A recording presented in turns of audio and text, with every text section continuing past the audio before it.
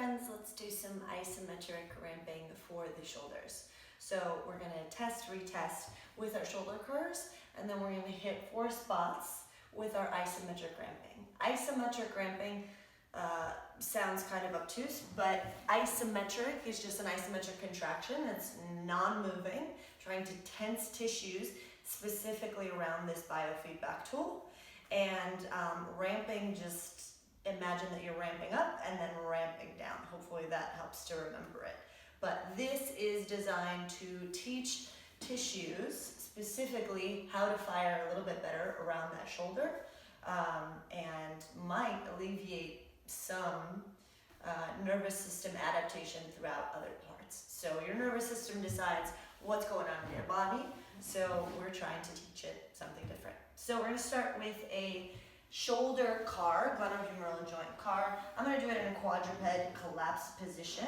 My arms straight, you can do it standing, whichever. I'm going to use this position here to block my hips, block my arm, my thumb out in front of me. Externally rotate the arm bone, bicep to the sky. Adduct, add your arm in, and then start to reach up into flexion. As if you're about to scrape your face. If you have that much flexion, reach up. Hold when you hit your first roadblock. Keep your ribs in, tailbone slightly tucked under. Squeeze your obliques, lift up higher, internally rotate. Rinse out rotation, bicep to the floor, tricep wraps around the bone, and then reach back. Reach back as you continue to rotate. Rotate, rotate, rotate. Keep rotating and up, thumb up, palm open, internal rotation. Pinch your shoulder blade together. Big breath in, pack in irradiation throughout the body and extend. So everyone's gonna look different here. Find where your mobility is and really pay attention to how your shoulder feels now compared to how it's gonna feel when we retest it. So you hit that first roadblock, coming back here, and then externally rotate. So you rotate as much as you can, then start to swim back. If you see me shaking, I'm pretty fatigued today. Just know, pops and cracks are okay. Pain is not, so make that circle smaller if you feel pain. Let's see what we can do after the iso ramping. So we're gonna hit that first spot here. I failed to mention, you need a block or a book or something that's gonna help you get into the tissue here a little bit better. All right. So the ball is going to go first step somewhere along your pec, somewhere in this tissue. It might even feel tender already if you just roll around on it.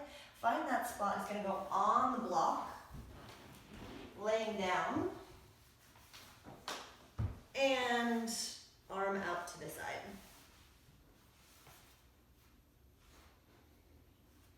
Find somewhere to rest your head. Palm faces down. You're allowing yourself to just sink into the ball, breathe into it. So if it's really aggressive, know that you can find a softer object, a rolled up ball of socks. You can come off the block as well. You can come straight onto the floor. Find somewhere you can just allow yourself to breathe through it. Allowing yourself to relax that stress, fight or flight response, maybe to that initial sensation. You want to be here for about 20-30 seconds just to let yourself sink into that tissue. Deeper the ball goes, the more stuff will be able to contract around it. Start to squeeze the tissue where that ball is. And if you're having trouble really feeling what that's supposed to feel like, start to press your hand into the ground. Straight arm, feeling the tissues around that ball tense. Hold that isometric contraction, should feel easier, as if you're getting lighter on the ball, for 10 seconds. Try to maintain the squeeze at the same intensity. For 5, 4, 3, hard parts come in, 2, slowly drain out tension like you're dimming a light bulb for 10 seconds. 9, 8, 7, 6, 5, 4, 3, 2, and 1. going a little bit deeper into that tissue. Let's find another spot. Anywhere that's not bone. A quick note to make here, if you start getting pins and needles, if you start to go numb in your arm, move that position, get out of it. No need to, we're not teaching your arm how to go numb, but there's a lot of nerves and blood flow and things happening in the shoulder. So the goal is make sure you're on some muscle. You'll be okay, just come out. Bend the elbow here, see if that changes the sensation. Find a tender spot and just melt into it. I'm gonna lean a little bit more onto it. Yeah, I've got a good spot there. And breathe. Remember, the goal is not how painful this can be. Really, the effort comes from that squeeze and the relaxation of that squeeze. We're teaching some of these tissues how to work a little bit better. Breath in, breath out. Start to squeeze in that area. Press your hand down, pull, as if you were doing a chest compression exercise.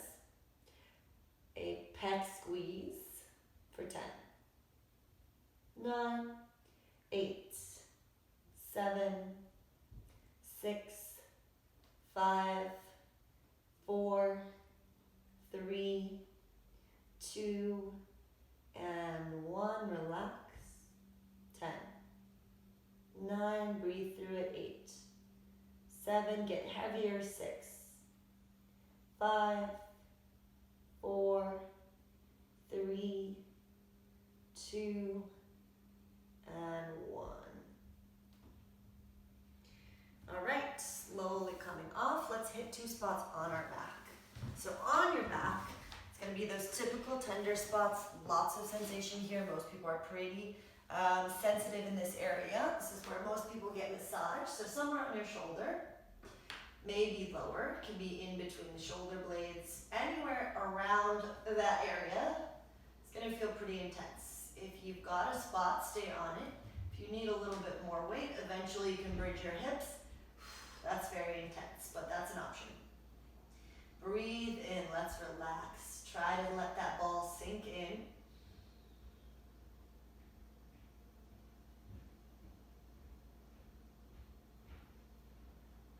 Use your breath, your exhale to ride out that sensation. Notice if you're really tensing in that area, we might not even realize that we're holding that squeeze. Can you let it go?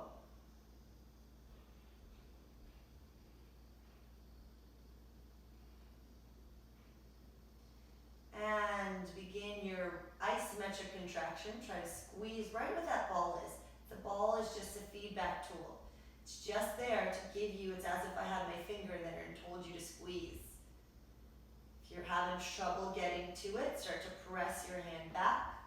Straight arm, you should be able to ignite that area. Hold for 10, 9, 8, 7, 6, 5, 4, 3, 2, slowly relax for 10, 9, 8, 7, 6, 5, 4, 3, 2, and 1. Let's find one more spot, anywhere you want.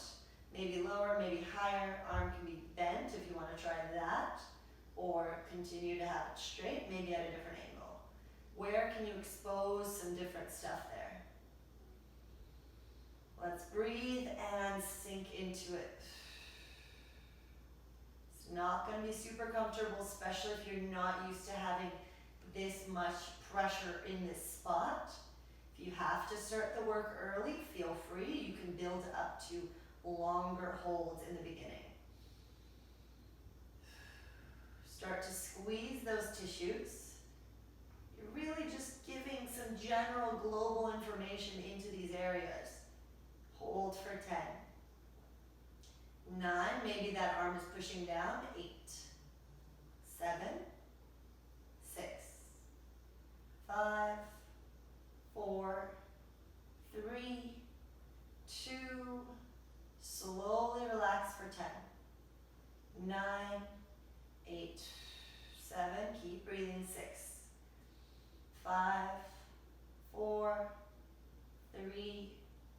2, and 1. Roll off the ball and let's retest. So find that same position that you did that shoulder car in here. Externally rotate. Adduct, go slower. Save that work we just did.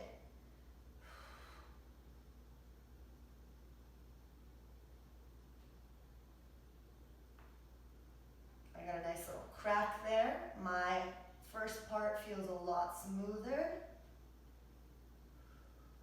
A little bit more connected. I feel like I have more access to what that shoulder is doing. Not really struggling with it as much.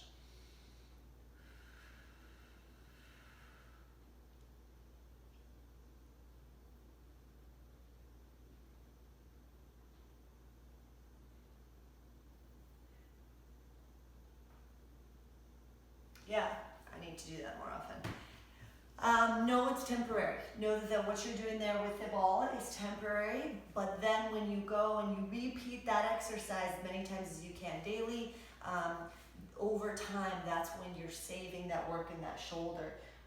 You're exposing more range of motion, you're connecting more things. That is what mobility training is. It's training, it's not just smashing objects into our skin. It's really squeezing, releasing, moving through range of motion that we don't typically use, right? So how often are we really doing that reach back or reach above? If you're not doing it often, there's no reason that your body would have that saved in its system. So doing it more often is gonna mean that you get to have this space. Cool, repeat both sides.